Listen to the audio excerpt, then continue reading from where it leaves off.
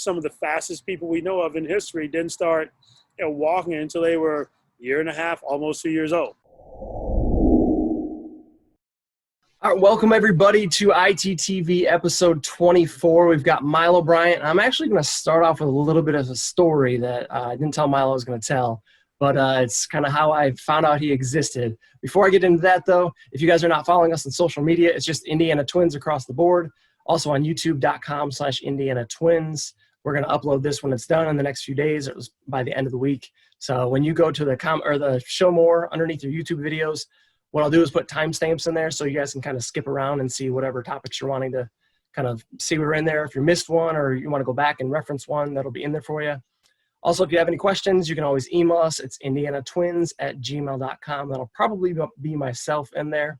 So to introduce Milo, I want to tell the story of last February. I guess it's 2 Februaries ago now. So in 2019, I went to this brand new thing called On Base U in Phoenix, Arizona. And what I noticed was there was the presenters, which was mainly Dr. Greg Rose, who came from the golf world. And the whole thing was impressive and fantastic, well worth the money. I got a ton out of it and I still use it. But I noticed that there were all these other people around that didn't seem out of place, but like I could tell there was a golf feel to what's going on and that it just something looked different. So I was fortunate enough the first night to get invited out to dinner with a group of the hosts for On Base U and TPI. And I noticed, okay, some of the TPI people came to either just check it out or be a part of it. And I saw Milo at dinner and I noticed him there and I was like, this guy just looks like he's important. He's also extremely fit. So I was like, who is this guy? And I never did talk to him at dinner because there was probably about 15 people at dinner. But then I ended up looking him up, and I come to find out, so On Base U's got this pitching level 1 certification. Well, they've kind of taken the business model from TPI, which has a golf level 1, 2, 3, juniors 1, 2, 3, power 1, 2, all these things. And this Milo guy has every single one of them. He's on their advisory board. He's got all these. I'm just like, this guy's legit. So as I got doing this show, I was like, we work with a ton of youth. We've got 180 athletes from 8U to 18U. And the bulk in there is youth, and they're all youth to an extent. But I said, I got to get this guy on. So our last couple shows have been more about youth development. I think this is, a world-class guy to bring him on. So Milo, that's a bit of an introduction, but I want to jump right in to why you got into youth development. And I know you said I was listening to a podcast and you said there's 3 words: eradication of obesity. So I'm going to let you kick it off right there. Hey, thanks a lot for that. And thanks for having me on the show. That is the easiest way to put it. I was literally sitting in a 3rd grade class reading Dr. Seuss to some kids. One day, this is back in another lifetime, I was a sports columnist. And so I'm reading Dr. Seuss to these kids, and I'm looking around the room, and there's about 30 kids in there, 27, 30 kids, and about 25 of them were overweight or obese. And the same thing, that just affected me. And then about 5 days later, I'm at this National Women's Expo. There's about 4,000 women in this building, and I had about a group of 500 or so. I looked at them, and my group, there was probably 3/4 of them were either overweight or obese. And I was living in Colorado at the time, and that just tripped me out. And I was thinking, wow, so I got to do something about this. I think I can do something about this, but I wanted to do more about it by getting in the fight instead of writing about the fight. And so this is back in 2005, I started thinking about this, and I started making a plan thinking, okay, how can I best make an impact on this? And I think the best way to go about doing it is working with kids. And you start off with the young athletes because the human body was built to move. We were built to run, jump, kick, throw, catch, do all that stuff. We were built to move around.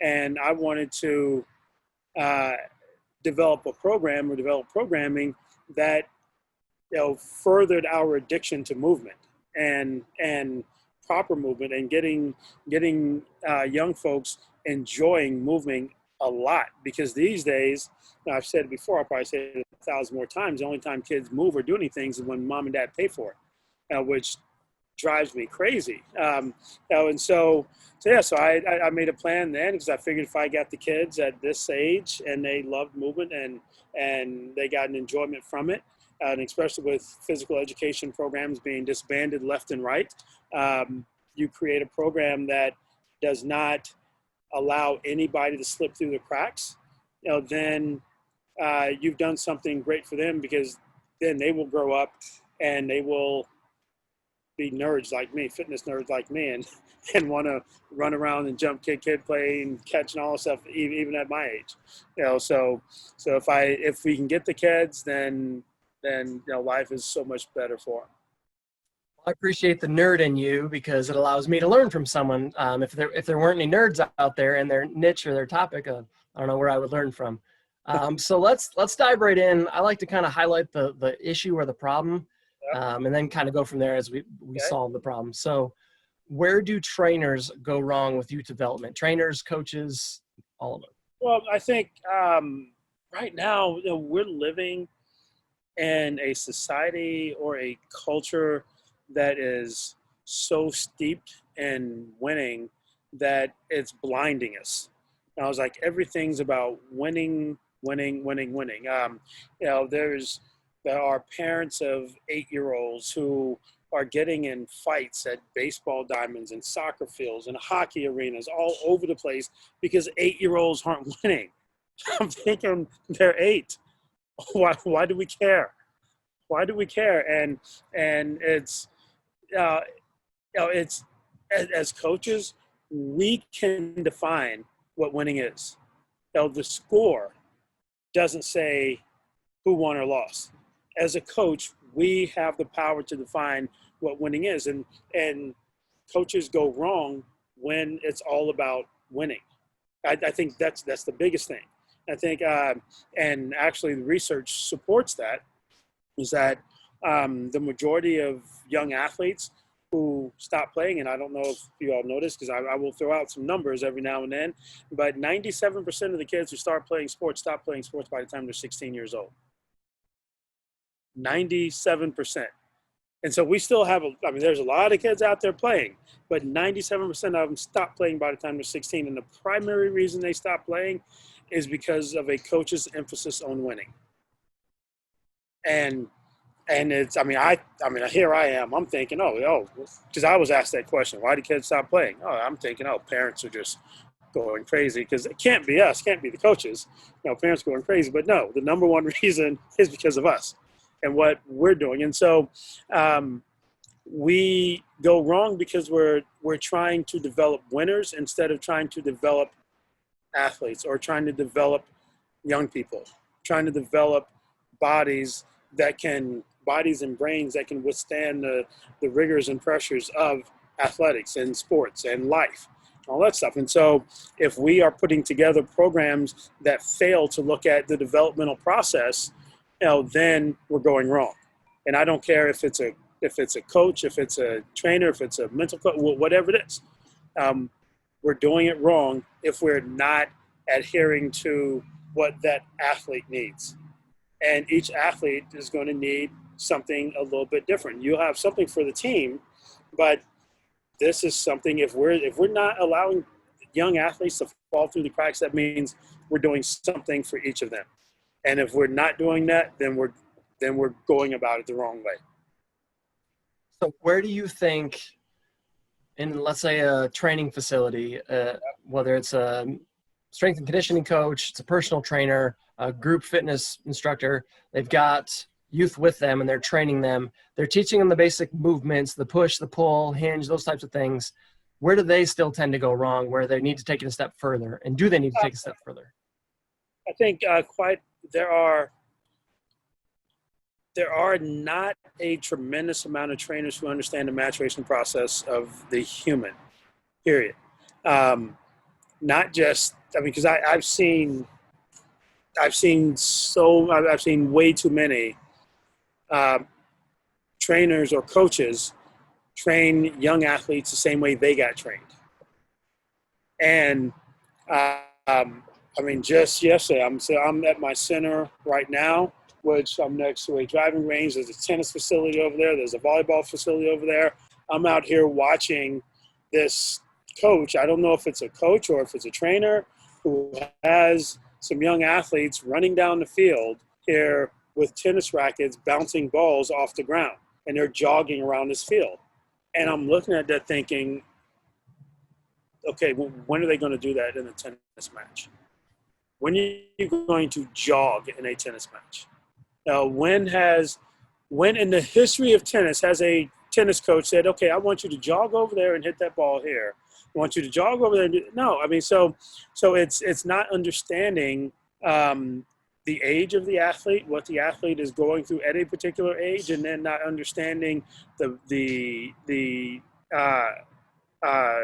psychology of the athlete, where the athlete's brain is at a particular stage, and then you're just doing things that are the antithesis of what they're going to do in the sport, in the actual activity that they play.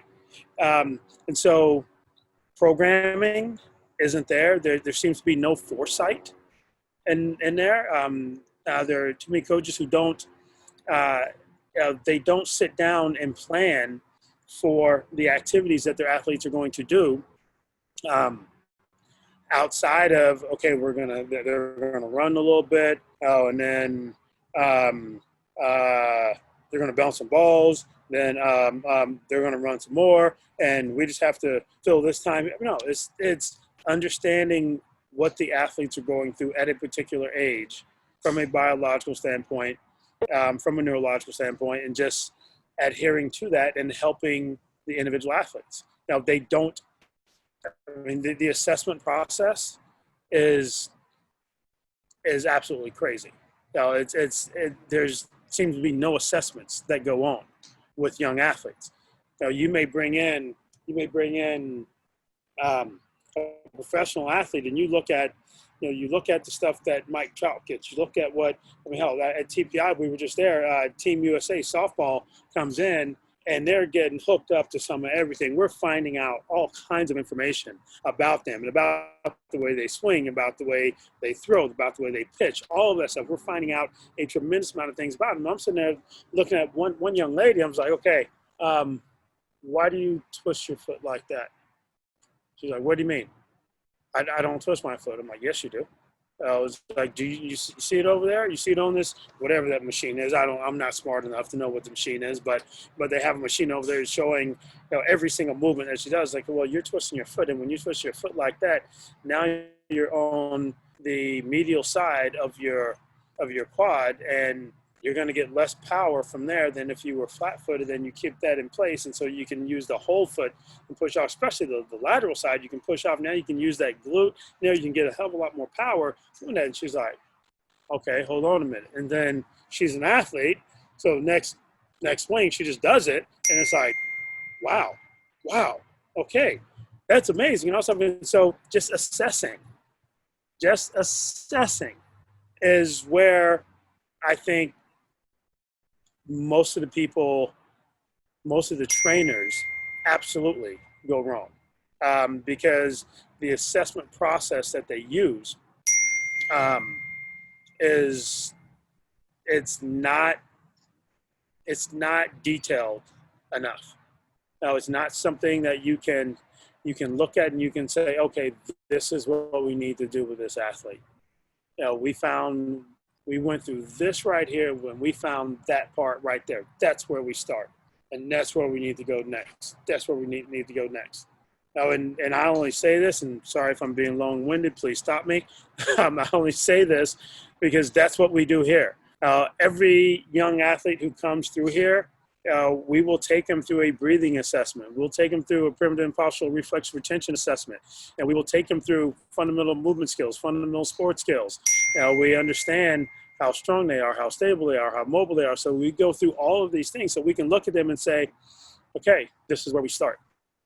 With you, Levi, we got to start with, we got to get that internal rotation on that trail hip. We got to get that there better, because if we can get that better, now you're able to shuffle a little bit better. You're able to shuffle a little bit. No, so it's just understanding the puzzle that's in there, and you don't understand that puzzle if you're just throwing crap against the wall. You have to assess properly before you actually get started with them. So one of the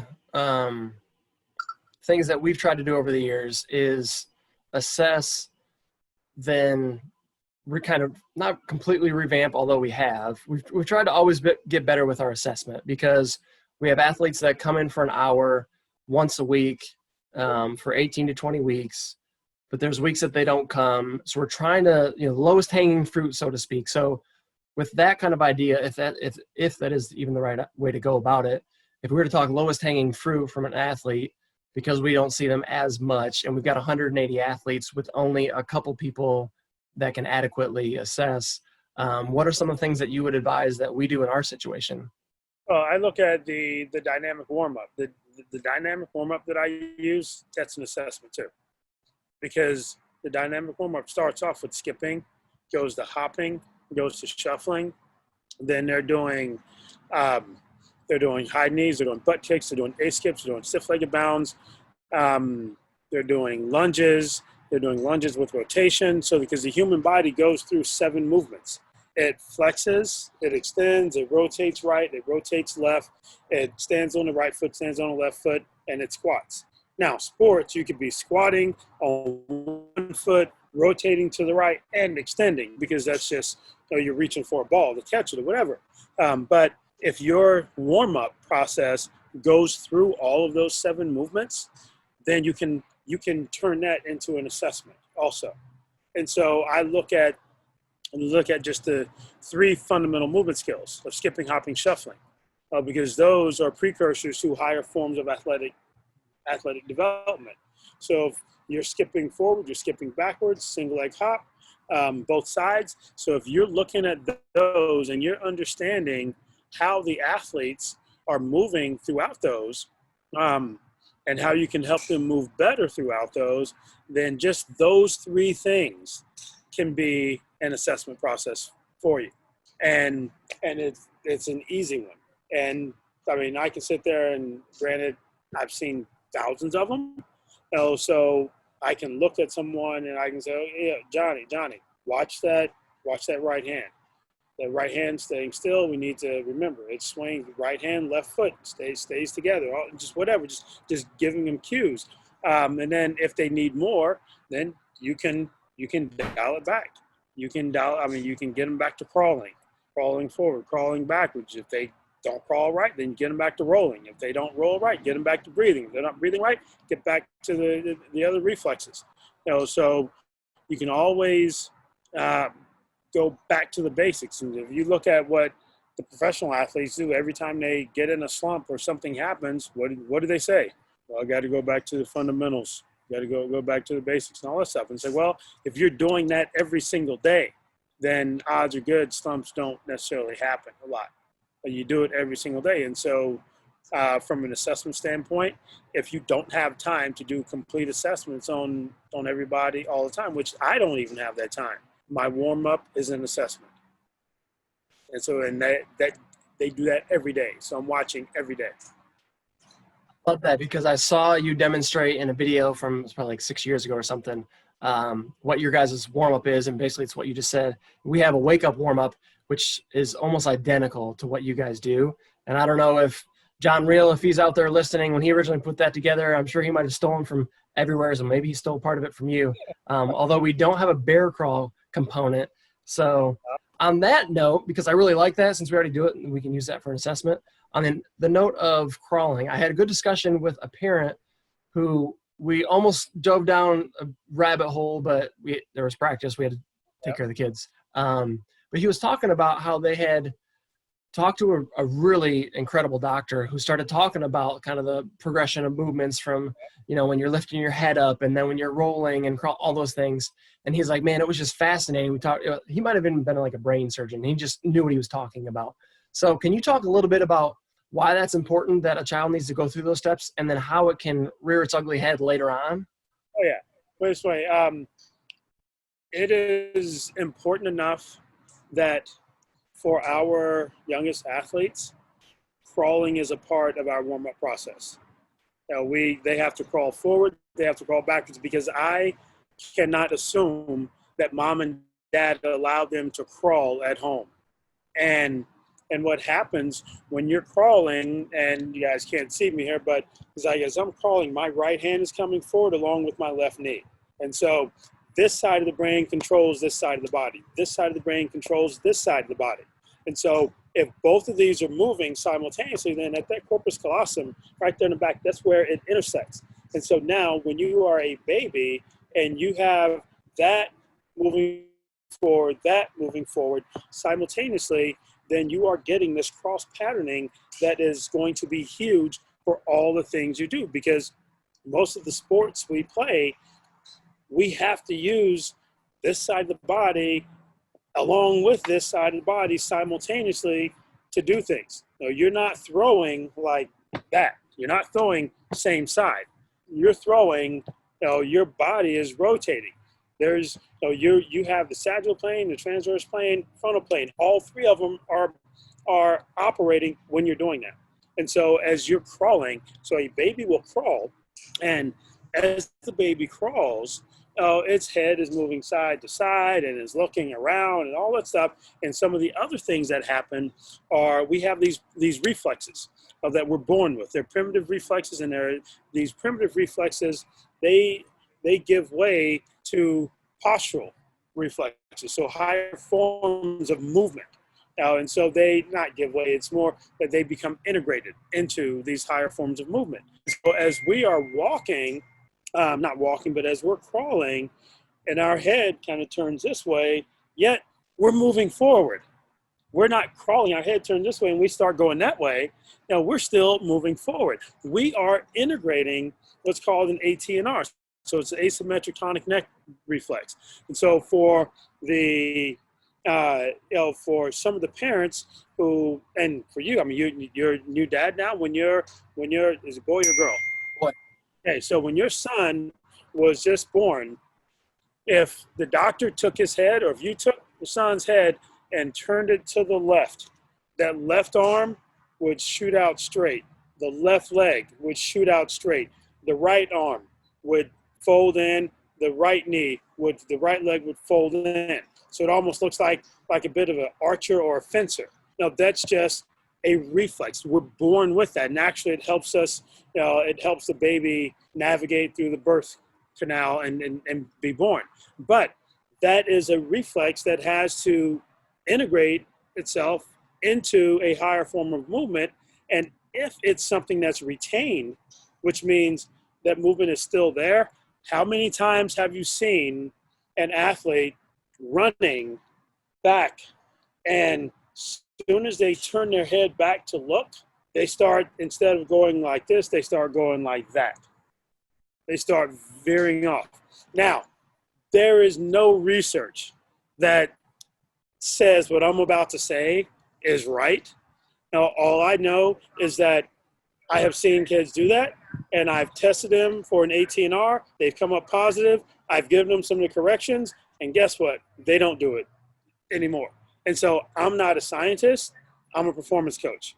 And so if I look at something and it works, I'm like, okay, cool. I'm going to do it again. If it doesn't work, then let's try something different. And so here we are with this ATNR, and you have a baseball, I mean, you're a baseball coach. So if you have someone out in center field, they're out there, the ball gets hit, bam, they turn and start running, and they're looking back for the ball, and they start veering off. And sometimes these athletes, they start veering off, and they're like almost turned around in these circles and all that stuff. And sometimes you think, okay, the wind's blowing. No, it's not. He lost in the sun. Oh no, it's cloudy. What just happened? How did he get so far off? And it wasn't until I started looking at the research with primitive and postural reflexes, and granted, most of the research about those have been done because of education purposes. And I'm looking at it from a movement standpoint. And I'm sitting there thinking, okay, if these athletes are doing that, then wow, maybe it's a retained reflex. And, how do we get rid of that retained reflex? Well, one of the things you do as a baby, you are crawling and your head is turning this way, your head is turning that way. And that is integrating things that happen to you as an infant. I was like, Mother Nature did not mess it up. Let the babies crawl. Don't pick them up and carry them everywhere. Let them crawl. Get down on the ground and crawl with them. The only reason why babies want to stand up and walk is because mom and dad and brothers and sisters, everybody else in the household is walking. So they want to walk. Now, there's not a person out there, person listening to this who says, oh, my son didn't start walking until he was 2 years old and I was so excited. There's no one who says that. Everyone wants their kid walking as soon as possible.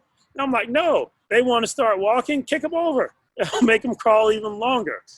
Make them crawl even longer because, and it's just very interesting when you hear some of the fastest people we know of in history didn't start walking until they were a year and a half, almost 2 years old. And it's not a coincidence for me. And so keep the children crawling as long as possible. Get down on the ground and crawl with them because that is going to help their brain. There's going to help from a neuromuscular standpoint, just from a developmental standpoint, the sides of the brain controlling opposite sides of the body, keep them crawling. That's why that neurologist was so hyped about crawling. I'm hyped about it just from a sports performance standpoint, as a 4-month-old or 5-month-old, whatever it is, keep them crawling. So. I'm excited because having a 13-month-old right now that doesn't smoothly walk or anything, it just comes up. We get the question all the time, oh, how old is he? Oh, he's, well, he's 13, whatever. Oh, is he walking yet? And we're like, no, we're not too worried about it because my mother-in-law she just retired, but she was a school OT, and she's incredibly smart. She knows about a lot of this. I didn't know to the extent of some of this stuff, and I haven't had a lot of conversations, but she's just like, it's not a big deal. And sometimes my wife and I will hear people and we're just like, you just feel almost kind of pressured into it, but we're just like, we just need to block the noise out. And now hearing this, I'm going to tell my wife, not only were you right and your mom was definitely right, but like, listen to this. I never even heard of this stuff. This is fantastic. I'm not going to kick Max down, but I'm going to put him back. Because literally tonight I was crawling with him twice, and he just started being more fun with the walking things. And now I'm going to think like, boo, like get back down and crawl. Like that's. Well, I mean, the easiest way to do it is to get on the ground and crawl with him. I mean, I was that dad who, I would come home from an event, something like that, and as soon as the key would go in the door, and I'd hear this da da da da da da, and then so I open the door, I just drop my computer, drop my bag, I get right down on the ground. She starts crawling toward me, and I grab her, and we're wrestling on the ground, tickle torture or whatever, and we stayed on the ground so much, and my daughters, both of them, incredible athletes. They can do whatever they want. I mean, it hurts me only because, I'm just a trainer, but I have access to very, very good people, and I've had some amazing golf professionals just look at my oldest daughter and say, that girl could change the face of women's golf. And I'm like, wow. But my daughter didn't like golf. And so it's like, oh. And so in here, I preach to people, look, the athlete has to be the one, hey, dad, can you take me to the course? Can you take me to, can do this, can do that? And so, but no, so she's great. She's still an amazing athlete. I mean, she's already graduated from college and started her career and all that good stuff. But I digress. I mean, that's, get out there, crawl with them even more. So one last follow-up question on that.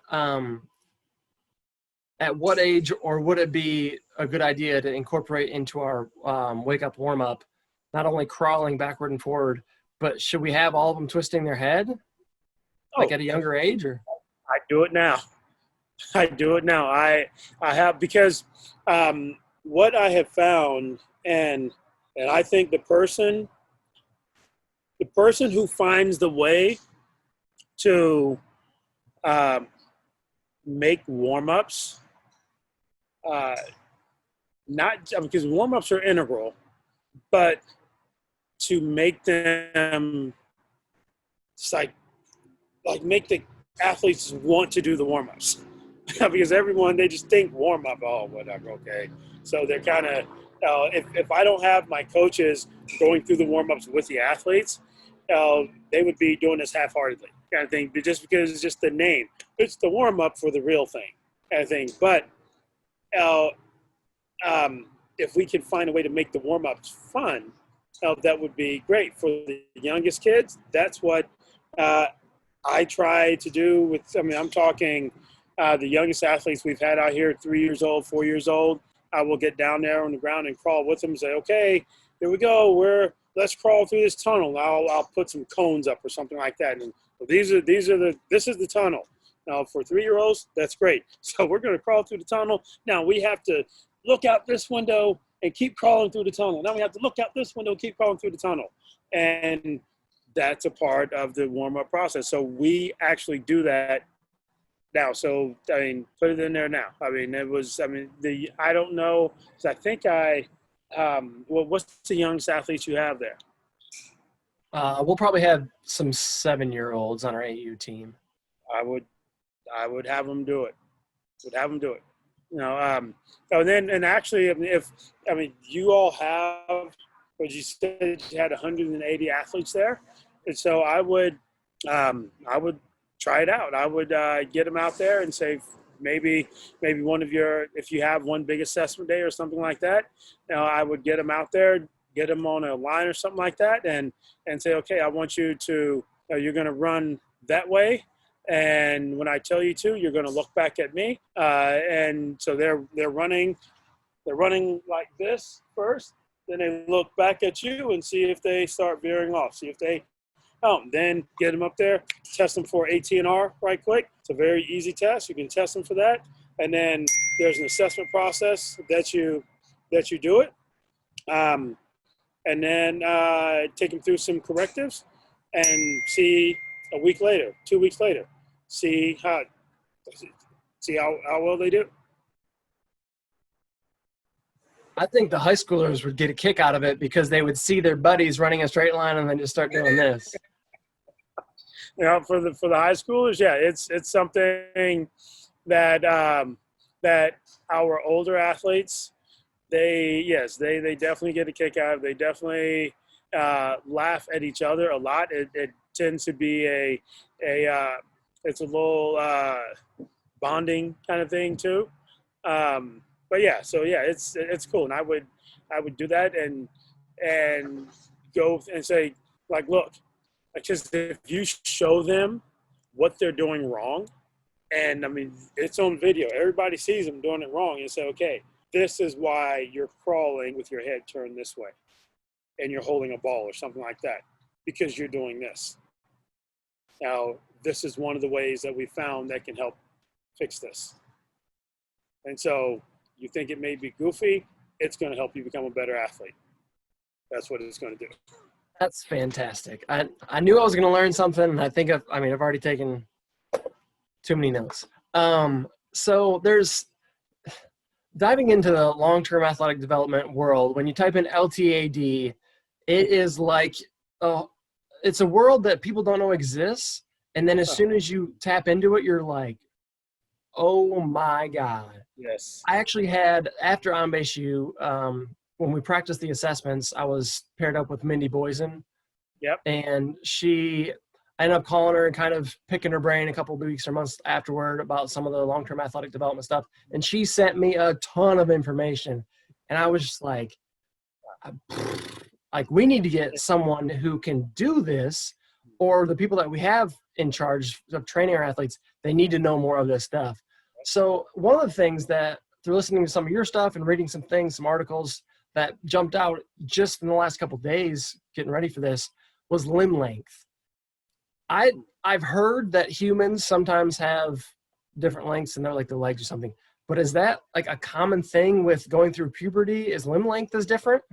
Oh yeah. Well, wait, let me get some water right quick. When we grow, our body doesn't grow at the same rate. It's like we have 10 fingers. They don't all grow at the same rate. Our legs, they don't grow at the same rate. And so when we're going through puberty, there are times where sometimes you have an athlete, maybe a good hitter, very good. If someone's up there, they can make contact, they can go this way, they can go that way. However you want them to hit, they can hit the ball. Puberty sets in. They can't hit for crap now. It's like what's going on? What's happening? It's because mom and dad are sitting there in the stands. It's like, what's going on? Wait, he used to hit this guy a lot. He used to do whatever and all this stuff. Well, you could literally 1 month, you could have a athlete who is 5'8" on June 1st. On July 1st, that same athlete could be 5'9". That same athlete, one leg could be a centimeter longer than the other leg. The hips, they could be standing like this, and they're supposed to get in that batter's box with the same stance, and they physically do not have the same stance. You have one arm could be a little bit longer than the other, just a tiny bit. I mean, you're a baseball player. How much is just a tiny bit throw you off? Just a tiny bit throws you off a whole lot. And so this is something where I've talked about it before. And it's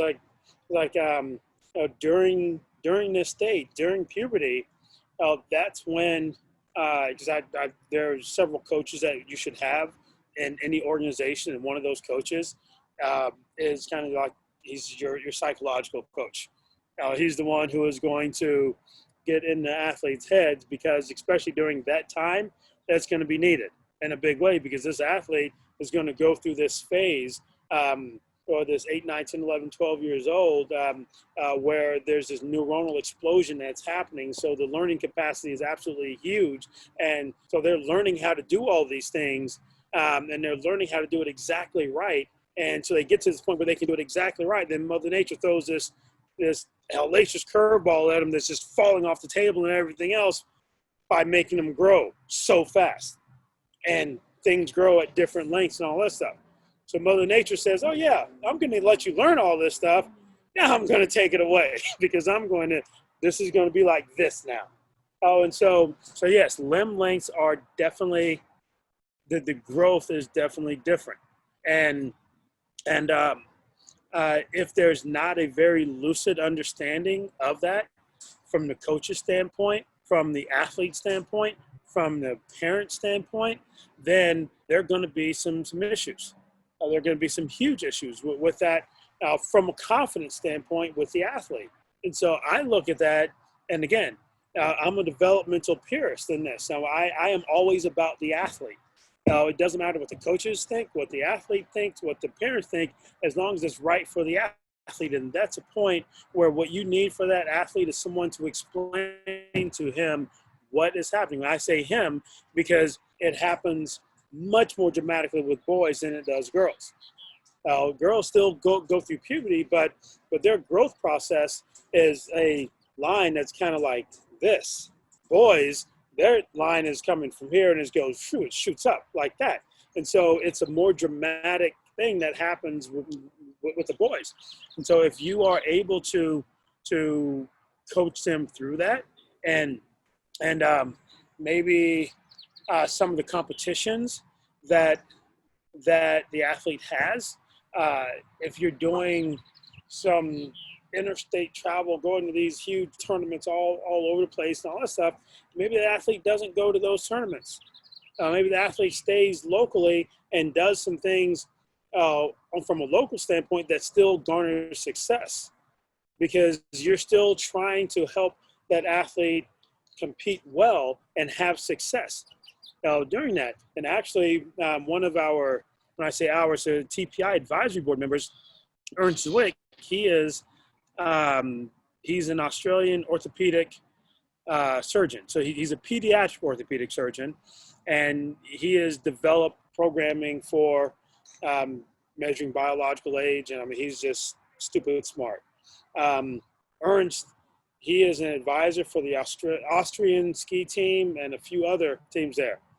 Because of him, they literally once a child enters puberty, they take that athlete out of international competition. They take them out of national competition. They only allow them to do local competitions. And that's something that the athlete, the parents, the coaches, they all sign off on that, saying this is what we're going to do. Because again, it's all about the athlete and the athlete's development. And so this is a part of that athlete's development, because Mother Nature is taking these athletes on a ride that we do not know what's going to happen to them. We don't know how big they're going to get. We don't know how fast they're going to grow. I mean, when I went through puberty, my biggest part of it, between my 9th and 10th grade years, I gained 35 pounds and 3.5 inches in 3 months. I came home, one day my mom comes home and she sees me eating peas out of a can. I hate peas. And she saw that and just started laughing. She started laughing. She gets on the phone, calls my dad, like, yep, this boy's going through the change. He's going through the change. And so that's something that as coaches, we just need to understand that, so that we can then give them exercises and skills and drills that are still keeping them moving and keeping them moving fast and keeping them agile, keeping them mobile, keeping them doing the things that they're going to need to do once that growth process slows down. I tell you what, my most favorite and least favorite time of the year is about maybe a month or so from now, when we're in the summer, our off-season stuff is done. We've kind of started to get the thinking juices and creative juices going to kind of revamp and see what we need to adjust for our off-season program the following year. And then I listen to someone like you, and it makes me want to go down every rabbit hole I can. So I'm both excited about this and frustrated too, because I know it's just going to be like, we got to change this and we got to adjust this. And Milo was talking about that. And like, this makes so much sense. And we can have, I'm almost afraid to ask more questions, but the next thing I want to talk about, well, let's go a little bit more on puberty. So is that always going to be kind of simultaneous with the whole grow fast and train fast thing? And with that said, can you explain a little bit about that? Yeah, well, puberty, it's going to be part of the grow fast, train fast, but it's also, that's something that happens from the time, like at 5 years old, 6 years old, 7 years old, especially with boys. And when I talk about age, just so your audience knows, when I talk about age, I'm thinking more along the lines of biological age and not necessarily chronological age. And so, the difference between the two, obviously chronological age is how many years, months, days, seconds, minutes, all the stuff we've been alive. That's our chronological age. Biological age is how close are we to adulthood, to being adults. And so our biological age can, according to research, our biological age there can be a 6-year gap. So we can be 3 years older than our chronological age, up to 3 years younger than our chronological age. So there could be literally a 6-year gap in there somewhere. And so, so when we talk about grow fast, train fast, we're looking at that from a biological standpoint. And so when we have young athletes who are 5, 6, 7 years old, we have the ability to help influence muscle fiber types.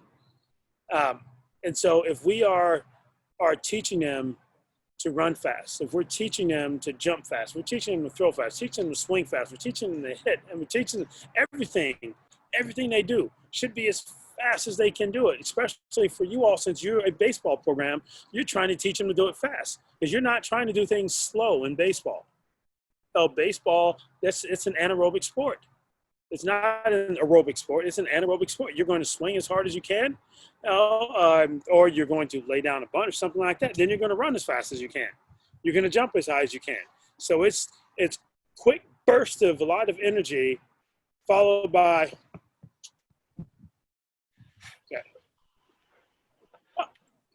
sitting back, resting again.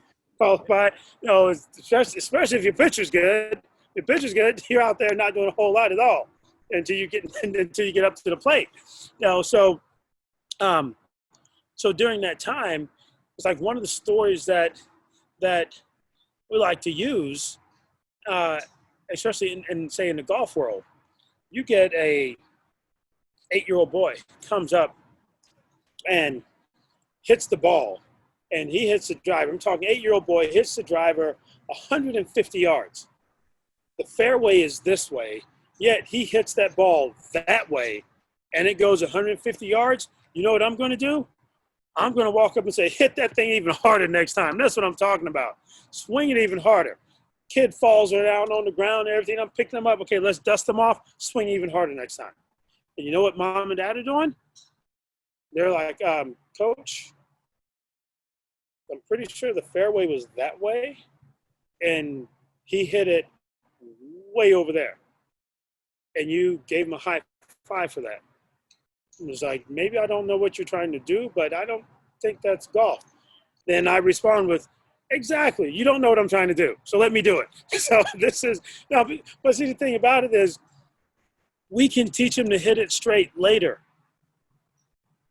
He's 6, or he's 7, he's 8. It doesn't matter if he hits it straight now, because I'm not trying to create an amazing 12-year-old. Don't care. Don't care.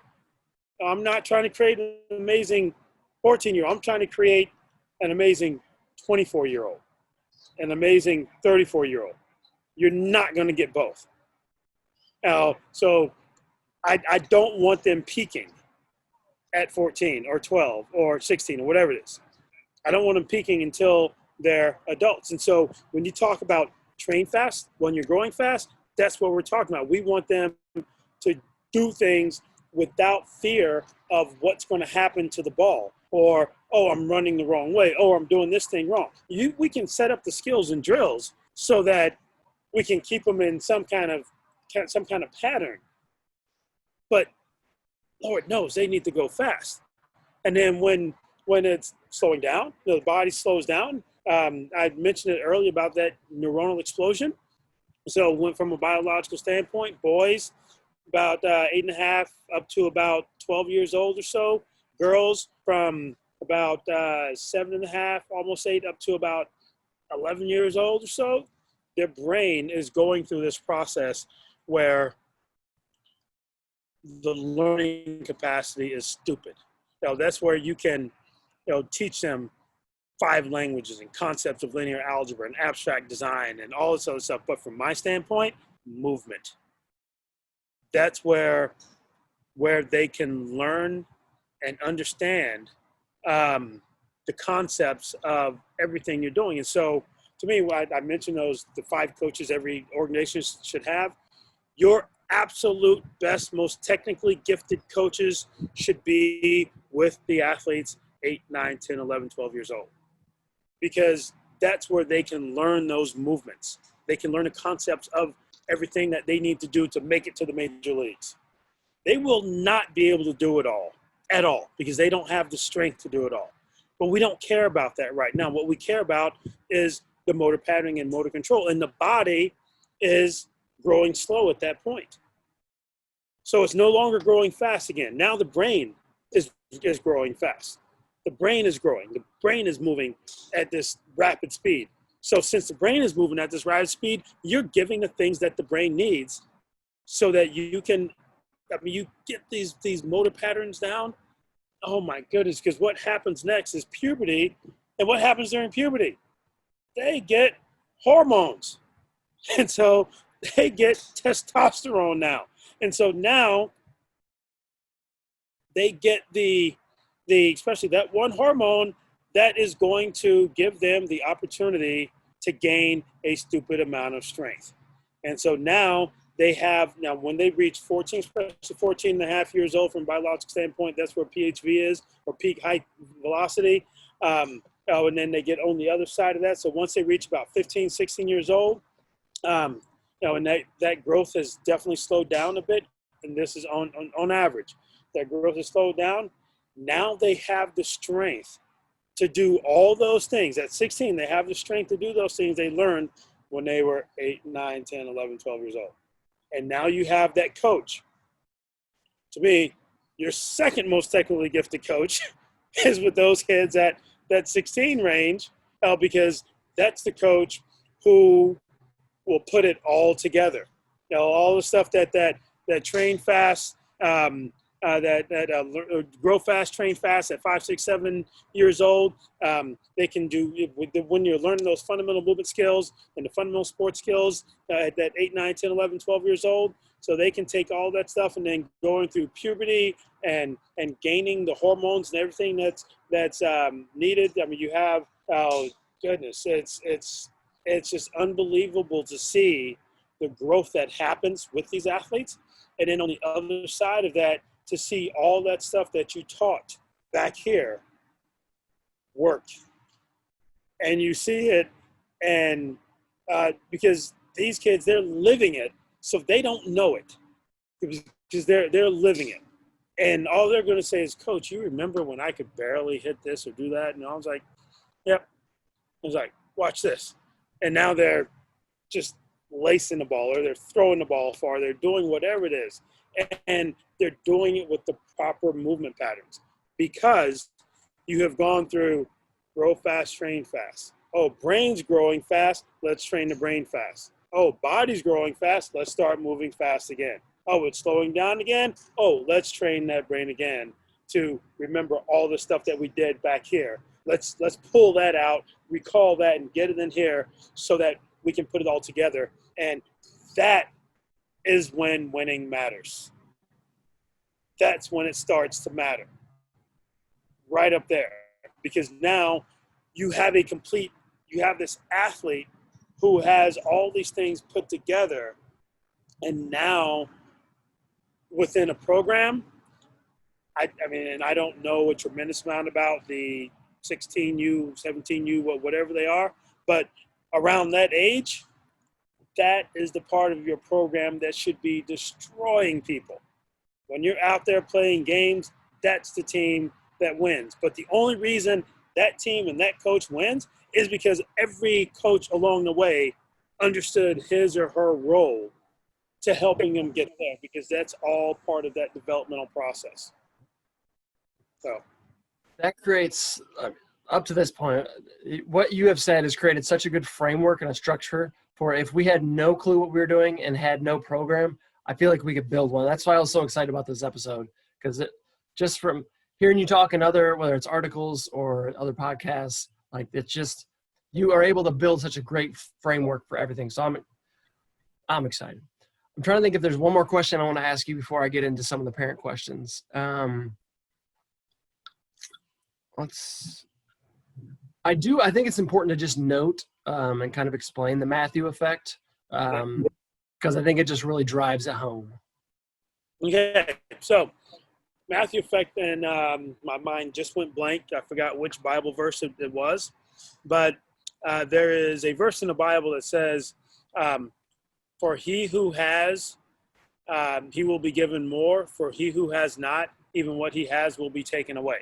And so what that comes from is there was a sociologist, I believe, a researcher. He looked at hockey. He was a big hockey fan, and so he looked at birthdays and looked at because they went to the Stanley Cup. I mean, he was going to watching the Stanley Cup, something like that, and his wife is with him, and she's not into hockey, but she wants to go for the event, and so she's looking at the rosters, and she just noticed. She's like, "Honey, look at this." He's like all these guys were born in like January, February, or March, and he's like, "What?" So it's like, yeah, all these guys are born in like January, February, March, and so then. After this game, so he's starting to look at this, and he finds out it's like there are these athletes who are born. I was like, it's like the what am I thinking about, the cutoff dates. So cutoff date for the athlete, say it's January 1st. and you have to be 10 years old on January 1st. Well, what happens, say you have a athlete who's 9 years old and turns 10 on December 31st. Then you have another athlete who is 10 years old but turns 11 on January 2nd. So on January 1st, they're both 10 years old. Now you have one athlete who is closer to 11 years old, and the other athlete is closer to 9 years old. And remember me talking about the disparity could be up to 3 years. So if we go to the extremes, and you have this kid who's closer to 11 now is closer to 14, and you have this kid who's 9 who's closer to 6. Now you have a 14-year-old competing against a 6-year-old. Who's going to win that?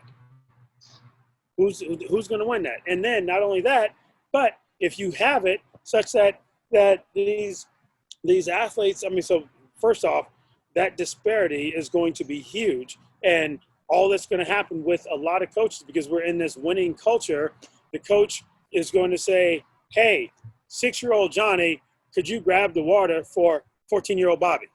And bring that with you. Bring that with you. That messes them. I mean, that just messes up Johnny in a huge way. And we do that with cutoff dates. I mean, there was a time where what was it? I think Germany. In Germany, that's where it happened. In Germany, they changed the cutoff dates for like youth soccer. It used to be in January. They changed it to the school year, so it was in August. And literally, like 10 years later, the players for the German Professional League, their birthdays, like August, September, October. It changed from January, February, March to August, September, October. And so granted, there's two different things. You have cutoff dates, you have Matthew effect. Both of those, there have been studies, numerous studies around the world. It deals with hockey, it's baseball, it's soccer, it's rugby, it's all these different sports. The ones that have these cutoff dates, these times, the athletes who are like within the first 3 months of that cutoff date, they are going to be receiving so much more attention, so much more praise, so much more, just the work and everything that happens within an organization, those athletes are going to get more because they are just typically they're biologically older. I guess I didn't read enough about it, because when you wrote it in your notes for things we could talk about, and I started to look up, I just kind of glanced at things. So I'm glad we talked about that, because now I got to look at where Max is on the cutoff. Well, see, so now that's where the programming comes in, so that because I have a program right now. There's an 18-year program that does not allow young athletes to fall through those cracks. And so if you have a complete program, then it doesn't matter what the athlete's age is going to be. You are catering to that athlete, or you're catering to individual athletes, and you're trying to develop the individual athletes, and you are meeting them at their level of expertise. They're not trying to get to your level of expertise. You're the coach. If you're in this for the young athletes, then you're meeting each athlete at his or her level of expertise, and you're bringing them along, because you don't know if that athlete is going to be a late mature or an early bloomer. You could just have a bunch of early bloomers there, and people going off and winning with all these early bloomers. Oh yeah, we got the best team. And I was like, no, they're just physically superior. They're just biologically superior to these other kids. So that's not coaching. That's you just got the genetic lottery. That's all. You just pick these kids. You're not coaching them. So I digress. No, that's awesome. So I want to do these kind of rapid fire so we can get into the Twins critique, and then I want to give you a chance to kind of talk about C.L.A.Y a little bit, and anything else you got to plug. So I had a couple parent questions. First one was, make this bigger. How do you keep young kids fresh and focused with hours between games, i.e., 4, 6, 8 hours on like a tournament when there's Uh, so much time in between? yeah. Well, the things that I've done in the past with athletes is um, you're bringing games with you. And I say some of those games, it's like uh, laser pointers are huge. It's like I can take laser pointers, and you can have a little target. On so like you like as the coach, you can wear a Captain America shirt or something like that. Just has the target on there, and you have the athlete. It's like they have to wherever they are, they have to keep the laser pointer on your shirt, and they have to listen to you. You say, okay, everybody keep that on my shirt. Now you're going to go down to a lunge position. And so now they have to keep that point on your shirt while they're all going down to a lunge position. Now, and then you say, okay, now both knees on the ground. Okay, now you're sitting. Now you're leaning back. Now you're rolling over. And so they're getting in these positions and all this stuff. And so they're having a blast doing this. But that's just something that also it passes the time and it works on the brain. Oh, and then I like to do things that always focus on the brain. I will play trivia games with them. One of the things that I have found that the athletes here, there's sometimes we'll just have a straight fitness class. And we'll have athletes, coach, ask us some trivia. Ask us some trivia. And so I'm just like, okay, and I'll come up with something. Okay, what is the easternmost point in the United States? Whatever. And so they're all talking about, I don't know, Maine or somewhere in Maine, somewhere in Florida and all this stuff. And then because it's always a trick question, I'm like, no, it's in Alaska. Huh? But yeah, the Aleutian Islands, there's the westernmost part of the Aleutian Islands are actually in the eastern hemisphere. So that makes them the easternmost part of the United States. They're like, oh, coach, what do I mean? So it's just doing stuff like that with them. And then we also have these games, not games, but it's thought-provoking type things because that's a part of the program that we have, and we call them oh my goodness, I just lost my train of thought. Oh my goodness. Anyway, so we ask these questions, case studies. So case studies. Wow, how can I think about it? So we just call them case studies where we ask questions that are hard questions for them to answer because I tend to get in trouble for saying this sometimes, but I believe helping create an amazing athlete is easy. I mean, that's helping get stronger, faster, more stable, more mobile, and all this stuff. That's easy. Can do that all day, every day. We do that. But what we want to do on the serious side is help create a more holistic athlete. Someone who understands the sociological aspects of being an athlete and understands the psychological aspects of being an athlete. And so I'll ask case studies, for instance, okay, group of people there. I'm like, okay, so you all are soccer players now. You just saw this scrum that happened, and you see the opposing team's best player is at the bottom of that scrum, and you see your best player, and you know you guys aren't going to win without this player, and your best player, while getting up, knees the other player in the head, just knees him in the head. You see it, but nobody else sees it. Nobody else sees it, and you know your best player did it on purpose. Then your best player looks up and sees you, and now you know that your player knows that you know that player did that.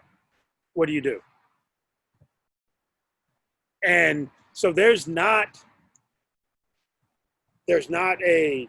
well, I'm not asking these to have a right or wrong answer.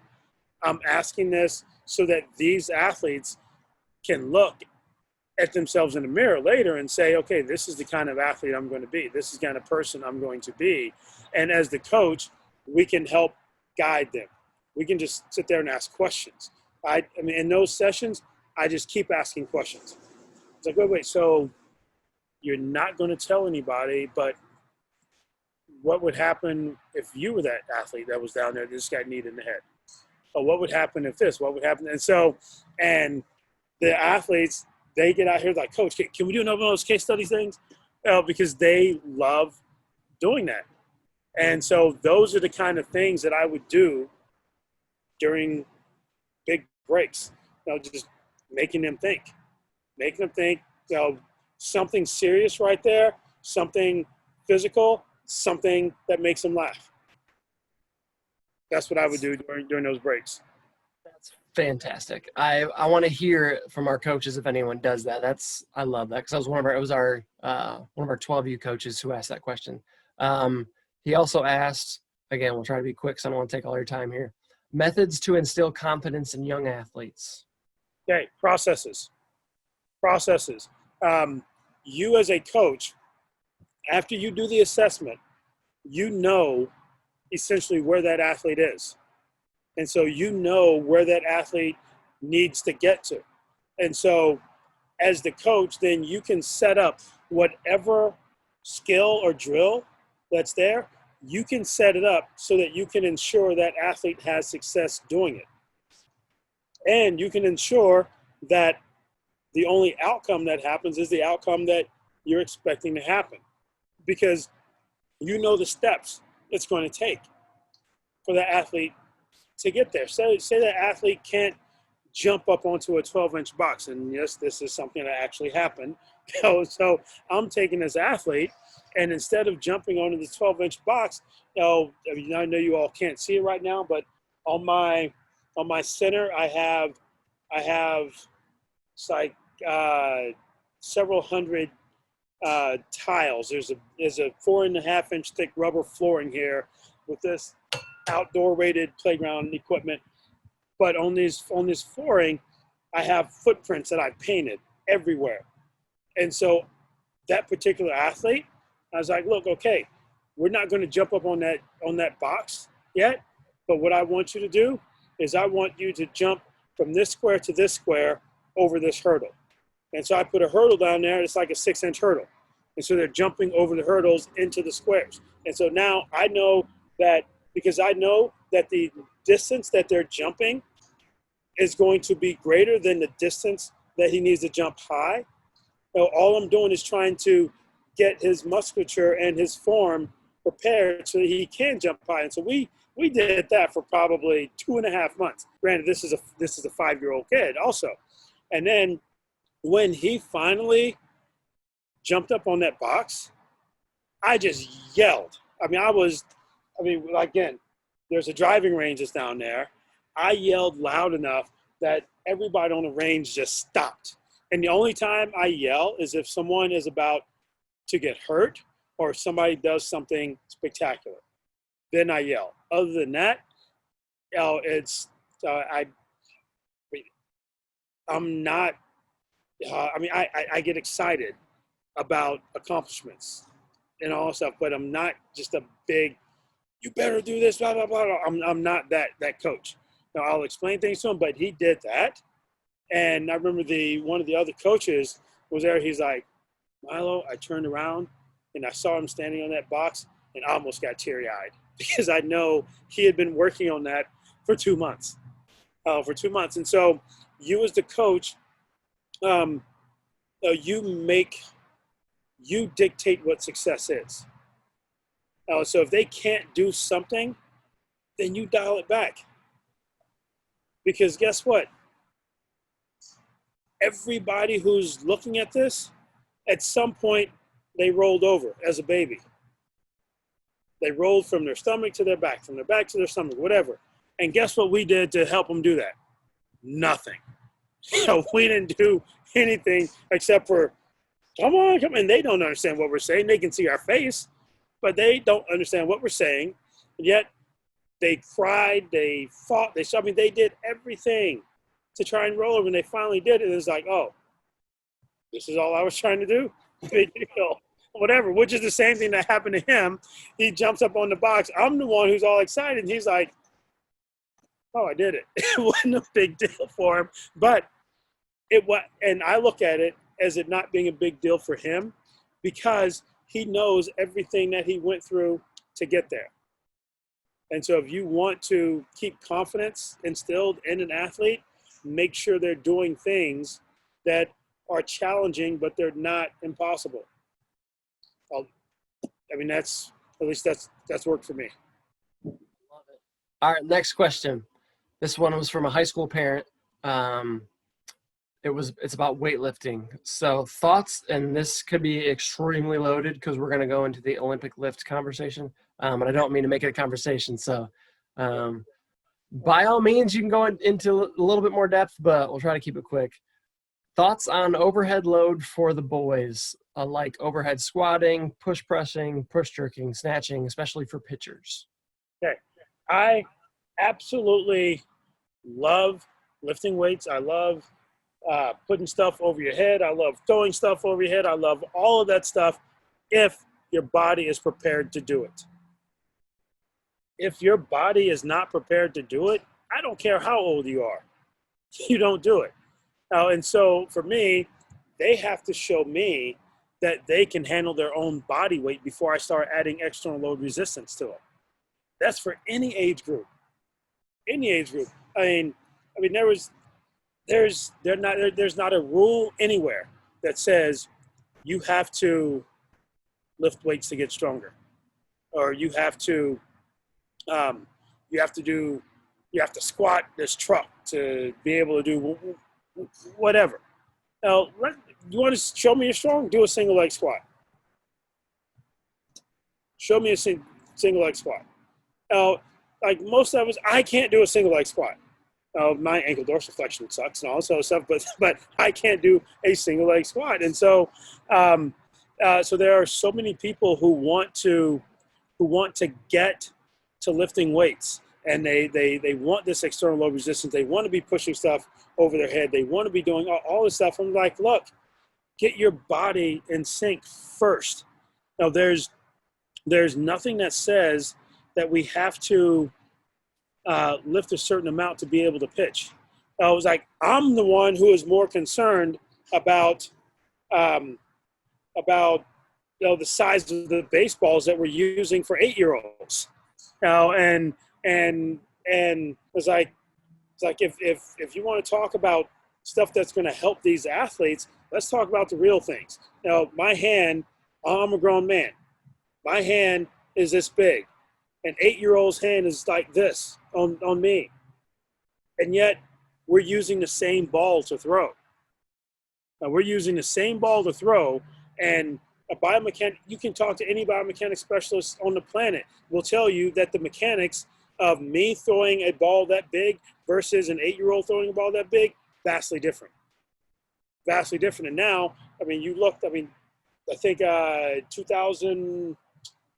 was 2017, or maybe it was 2018, one of those two. Anyway, we're up to at least 60% of the Tommy John surgeries that are being performed right now are being performed on boys from 15 to 19 years old. And I look at that. I'm not crazy smart, but I can piece things together sometimes. I look at that and I think that, okay, first off, we're teaching these 5, 6, 7, 8-year-old boys to throw with a volleyball, essentially. So that's what they're throwing. So their mechanics are already going to be faulty because they're not throwing with the ball that's their own size.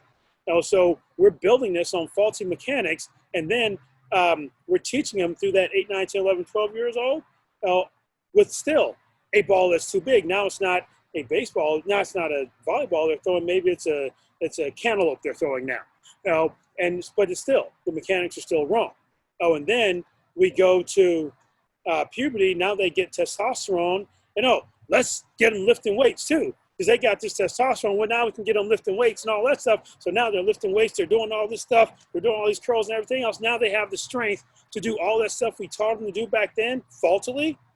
That's probably not a word, but we got them doing all these things on the wrong base.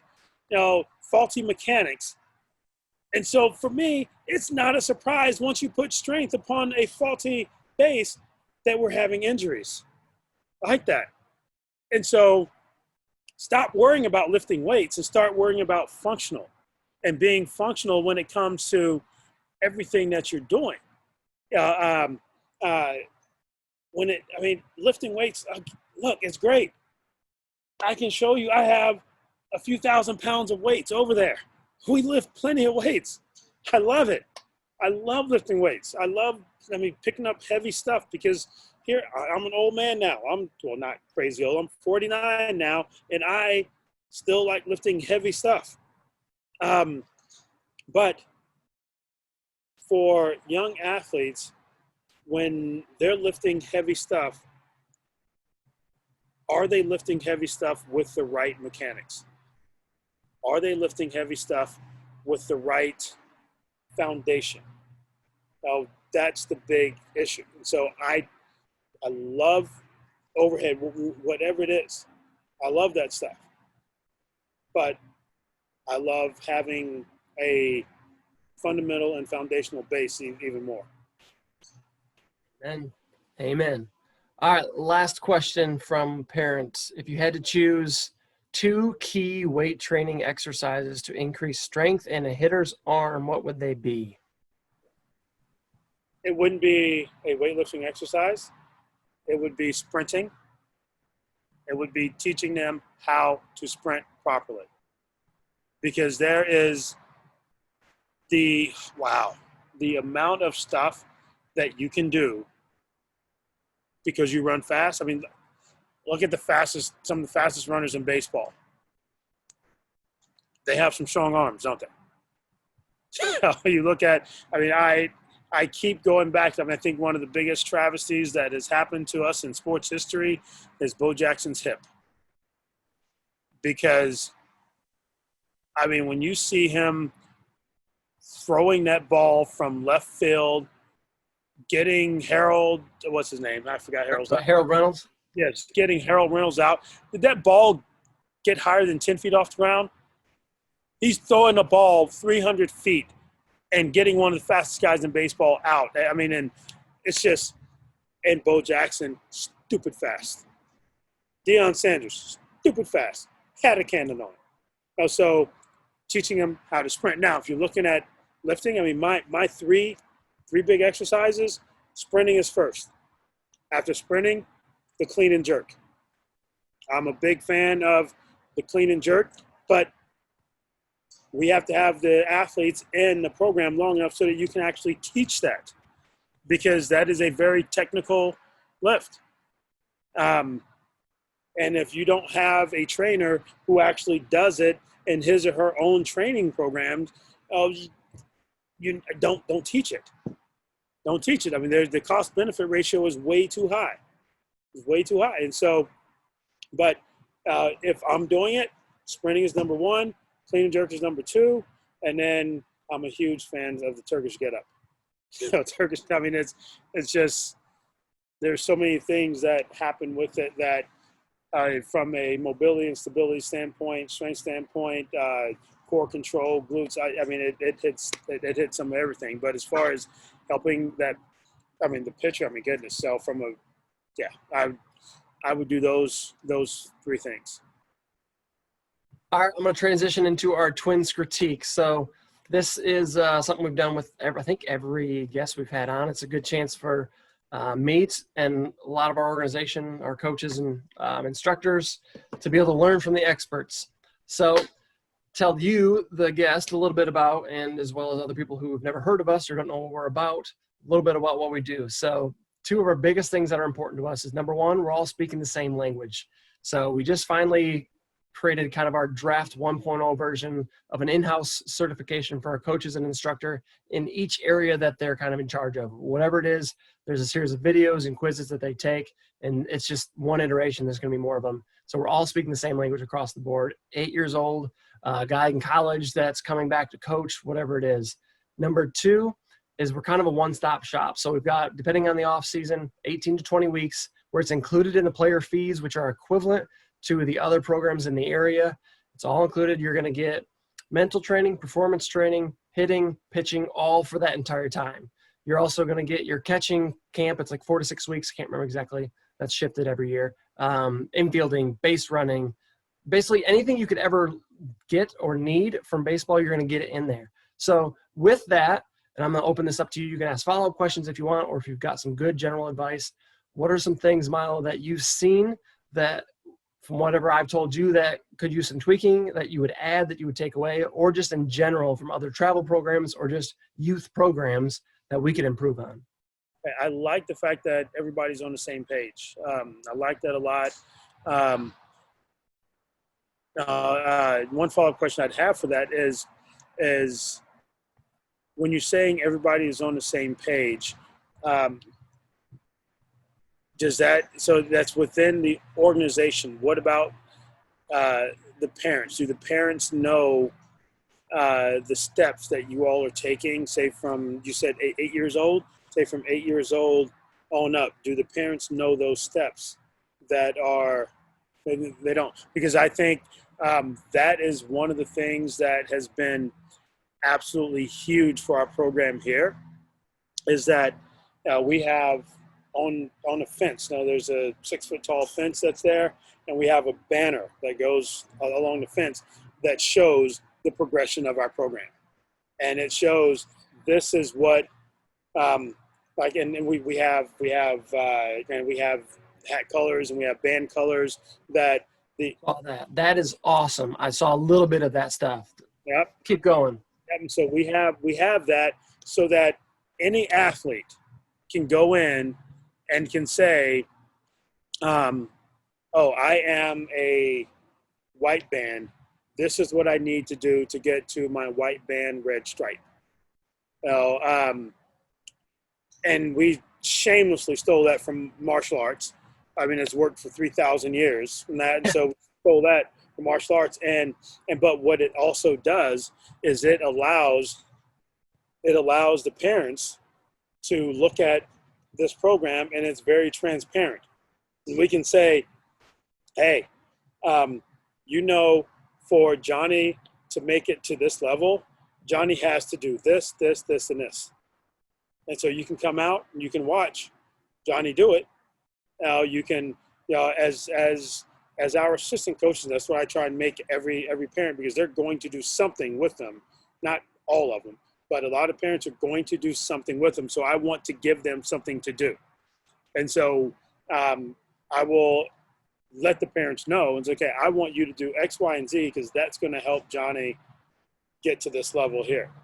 And it's also something that Johnny is doing something with mom and dad, or with older brother, older sister, whatever it is. So there's still some camaraderie that's going on, and there's some family time that's happening.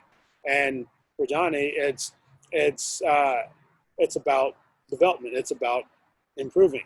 And then you as the coach, now you can say, hey, this is part of our developmental process, our program, and this is how we develop these athletes.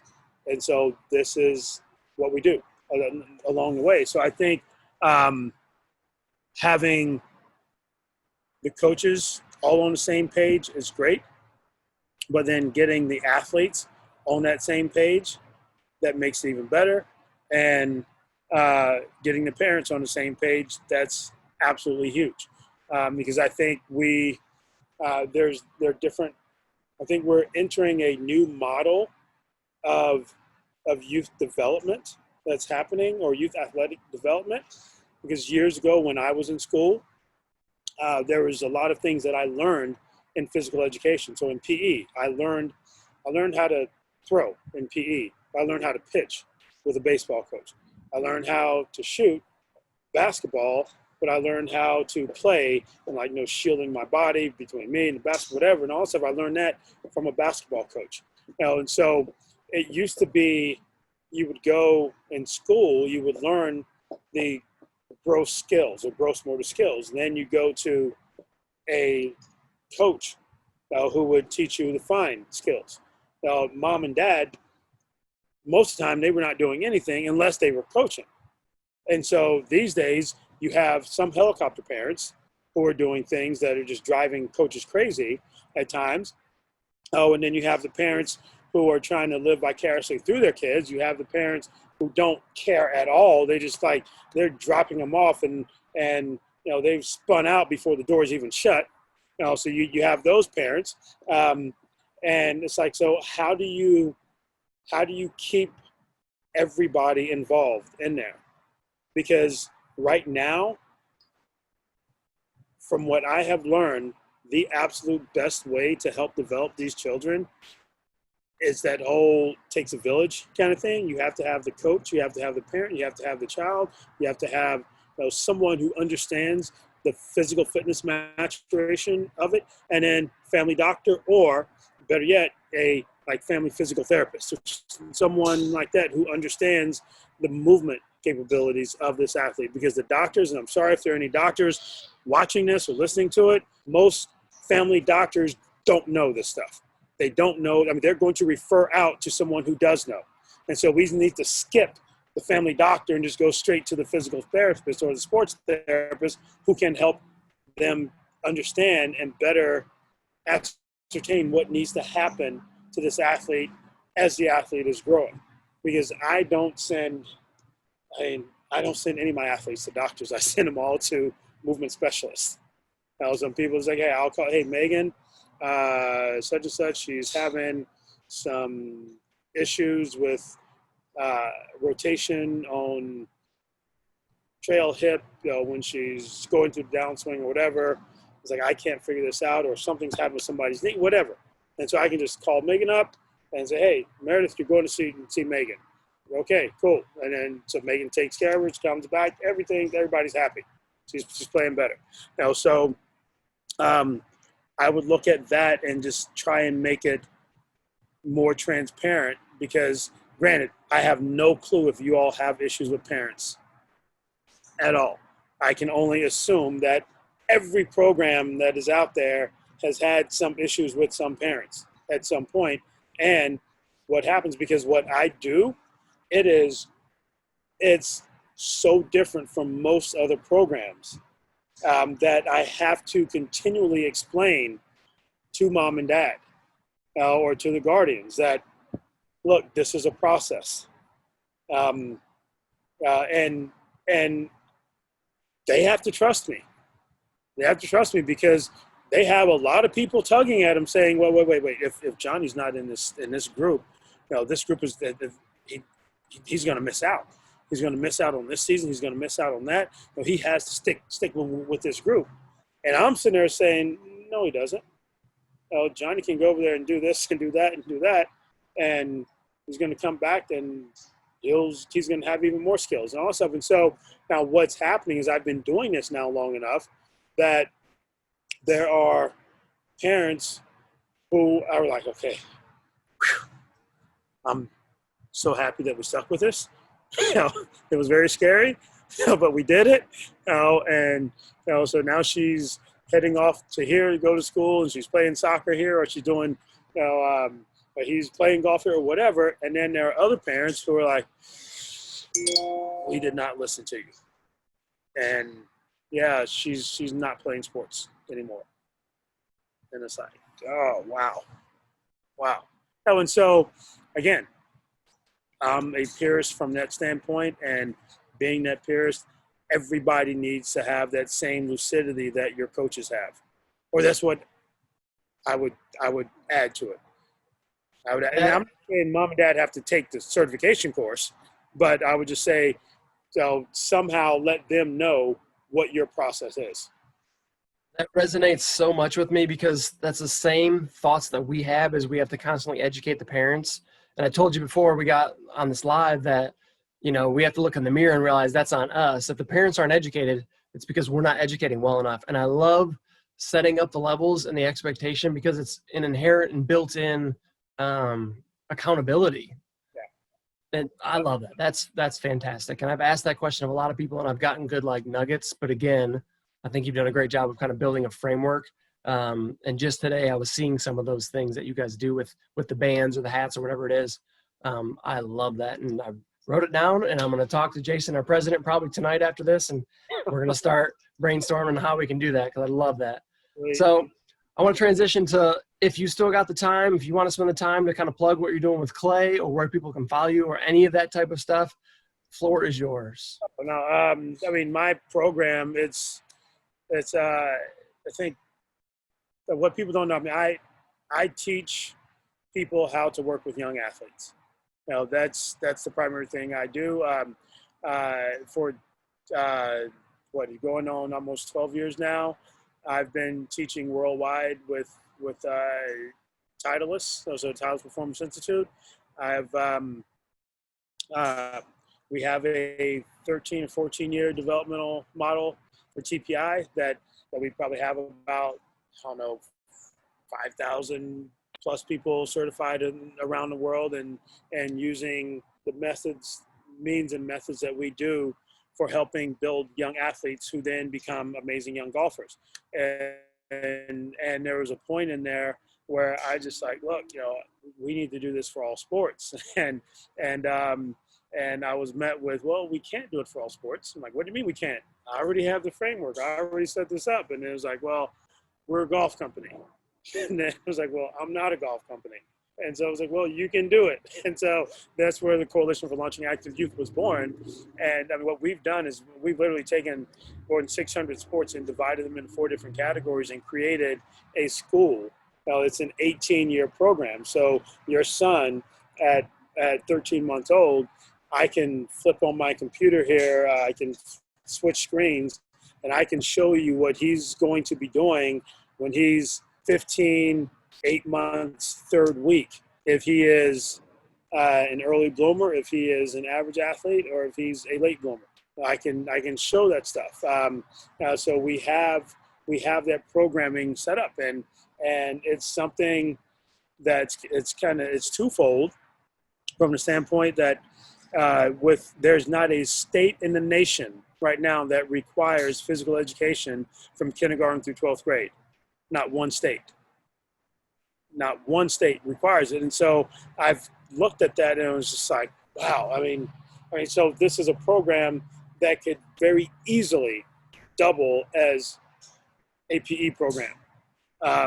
And yet it has the power in there because of the framework and the template that's used for you as a baseball coach.